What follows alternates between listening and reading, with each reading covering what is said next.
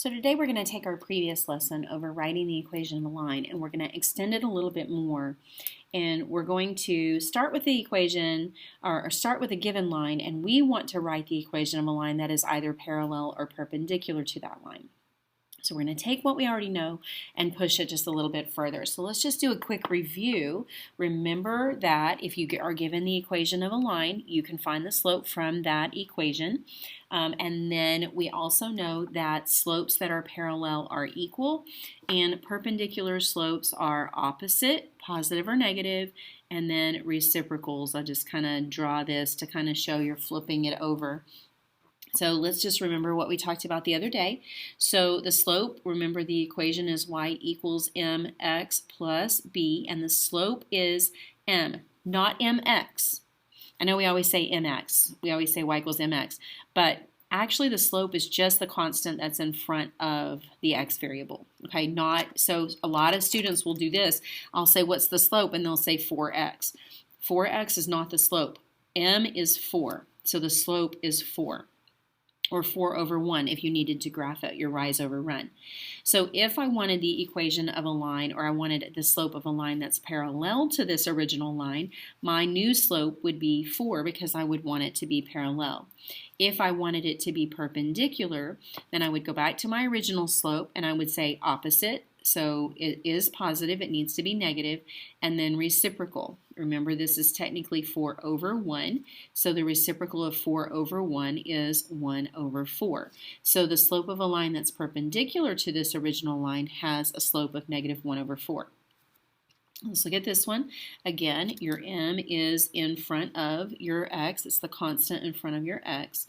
Okay, so your original slope of this given line is negative 1/3. If I want my slope to be parallel to that slope, then my slope needs to be the same. And if I want my slope to be perpendicular to that slope, then I need the opposite, so it'll be positive. And then the reciprocal, so 1 over 3 flips over and becomes 3 over 1, or just 3. So you can get, remember, parallel are equal and perpendicular are opposite reciprocals. Now this one is not in the form that is easy to see, so we need to switch this into y equals mx plus b. So we're going to move our x value over here. We have negative 10, y equals negative 4x plus 9. Divide both sides by negative 10 to get that y by itself. And then we always want to simplify our fractions or reduce our fractions. 4 over 10, negative 4 over negative 10 becomes a positive 2 over 5. So if that's the slope of this line, and then if I want a new line that is parallel to that line, then the slope will be 2 over 5 also. And if I want a new line that's going to be perpendicular to that line, it would be negative because this was positive, and then it would be reciprocal, so you would flip the fraction over and get 5/2. So let's look at what this looks like. I'm going to show you 2 ways to do it. I want you to see what it looks like on the graph because it's what you're most familiar with, but I also want you to see how you do the formula. Now, the only difference between what we did yesterday and what we're doing today is how you get the slope that you're going to use. After that, everything is exactly the same. You just have to make a decision about what slope you're going to use. So given that we have this line right here, so let's just start. We have the slope of this line. So the slope of this line is 2. Okay, so the slope of our current line is 2. Now, let me give you an idea of what it looks like. So we start at 1, 2, 3, 4, 5, 6, 7. We start at 7. We have a slope of 2, so up 2 over 1, or you could go down 2 and to the left 1. So I just want you to see, we're going to draw in this line. Right, so this is my original line. This was the line that we were given. So that is this line right here. Okay, now it says to write the slope-intercept equation of a line that passes through that point and is parallel to the line y equals 2x plus 7. Now, I want to be parallel to this line. Well, the slope of this line is 2. So the slope that I need to use for my line that's parallel is also 2. So because the lines are parallel and so they have the same slope. Now to use the graph to get the equation, remember we start at that point 5, 4, because this is my new line. My new line goes through 5, 4. So I go 1, 2, 3, 4, 5, 1, 2, 3, 4, and I put a dot. I want my line to be parallel to that green line, so I'm going to use the same slope. So I go up 2 over 1 or down to back 1, and I'm trying to remember the goal is to write the equation of the line. So I'm going to keep going until I find out what my y-intercept is. There's that y-intercept. So here is the graph of that line. Remember, my goal was to write the equation of it, but it is indeed parallel. It goes through 1, 2, 3, 4, 5, 6. It goes through -6 with a slope of 2 over 1. So to write the equation of the line, you would get y equals mx and then plus b, or -6. So that is how you can take the problem, you can put it on a graph, and you can get the equation of a line. If I want to use the formula, which is what we did yesterday, and I prefer a point slope, so y minus y1 is equal to m times x minus x1. Okay, this is a new line. I have this green line. I want the equation of the new line. The new line passes through 5, 4. That's my x and y. So now I'm doing it a different way. And I'm going to use the slope of 2 because my line is going to be parallel to the original line. And I'm writing the equation of a new line. So I would say y minus, and then my y was 4, equals the new slope that I want to use, which happens to be the same as the original, and then x minus, and then my x, which was 5. Okay, I want the slope-intercept form of the equation, so I get y minus 4 equals, distribute your 2, 2 times x is 2x, 2 times -5 is -10, or minus 10. We need to finish that out by getting that 4 over to the other side. We're going to do the inverse. So y equals 2x minus 6. Look, same exact equation.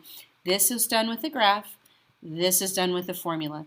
It doesn't matter which one you use, so use whichever one makes the most sense to you. Again, there is a limitation with the graph. If the y-intercept is not on a nice, pretty y number, if it's a fraction, then that's going to make the graph more complicated. Okay, so let's look at another one. I'm going to do it both ways so that you can see. Write the slope-intercept equation, which means y equals mx plus b. That's going to be my end result of a line that passes through this point that's perpendicular to this line. Okay, so we know what we're doing. Now let's go back and figure it out. So write the slope-intercept equation of a line that passes through this point. That's my x and my y, and is perpendicular to this line. Okay, well, remember, it takes two things to write the equation of a line. You need the point and you need a slope. So I need to get my slope. My slope is going to come from this. So let's do some rearranging. So 6y is equal to -2x plus 15. I'm going to inverse and put that 2x on the other side. Then divide both sides by 6. So I get that my slope, -2 over 6, reduces to -1/3. I want, this is important right here, I want my line. That is what the slope is. Okay? That is what the slope is. I'm not going to graph this one. It's not going to come out pretty because of that 15 over 6. But I know what the slope is that I want, right? So the slope that I have for my green graph, my original line, is -1/3. I want my line to be perpendicular to that line. Okay, so I want my line to be perpendicular to that line, so I'm going to flip it over so it's opposite reciprocals. So the slope that I'm going to use is going to be opposite, so it's going to be positive, and it's going to be reciprocal, so it's going to be 3 or 3 over 1. So my slope is going to be 3. Okay, so then what we can do, and if you want to see it like 15 over 6, I guess I need to do this whole thing. Oh, that's 2.5. That's not too bad. So this is 2.5. So I have y equals -1/3 x plus 2.5. Just so you can see it on the graph and see that they are indeed perpendicular. So my original line is right here. It is at 2.5, and then it is down 1, back 1, 2, 3. I like to do several points just to make sure that I get it in the nice straight line. So here is my original line, okay? You don't have to graph the original line. I just think it's nice to see so that you can see the perpendicular and that it is indeed doing what you expect it to do. So again, if you choose to use the graph, you do not have to do all of these ways. Pick one. Okay, so my new one is going to go through this point, 1, 2, 3, 4, 1, 2, 3, 4, 5. It's going to go through that point, and it's going to have a slope of positive 3, which is up 3 over 1. I'm going to keep going because remember my goal is to write the equation, which means I need a point and a slope. I need that y-intercept. There's my y-intercept at 2, 4, 6, 7. Okay, so there is the new line. This is what it visually looks like. And look, they are perpendicular to each other, so I chose the right slope. So my equation then would be y equals mx and then plus 7. Okay, now that's one option. This is the tricky part right here, deciding on that slope, because you have to make that decision one way or the other regardless of what you use. Now let's do it using the formula. So y minus y1 equals m times x minus x1, and we're going to replace the y, the m, and the x. So y minus, I go back up to my problem, y1, which was negative 5, equals m, the m that I am choosing for my new line because I'm writing the equation of a new line. I already have an old line. I want a new one. So my new slope is going to be 3, and then x minus, and then my x was negative 4, so I'll plug that in. Now I'm going to go in and clean it up. Pull that up so you can see it now.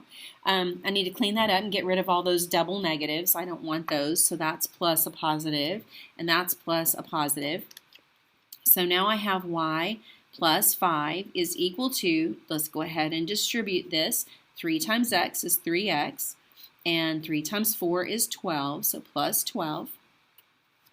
Okay, we needed y equals, so we're going to go in and get that. So minus 5 and minus 5. So y is equal to 3x plus 7. Notice we got the exact same answer. It doesn't matter how you do it, choose a way, right? So either way though, this is the decision. This is the new part to today. Having to decide what slope it is that you want. This is the slope of my original line.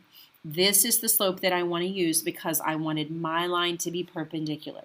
The last example, I used the same slope because I wanted my line to be parallel. So you're going to be given a line and you want yours to either to go through a new point with a new slope, and you have to decide what slope to use.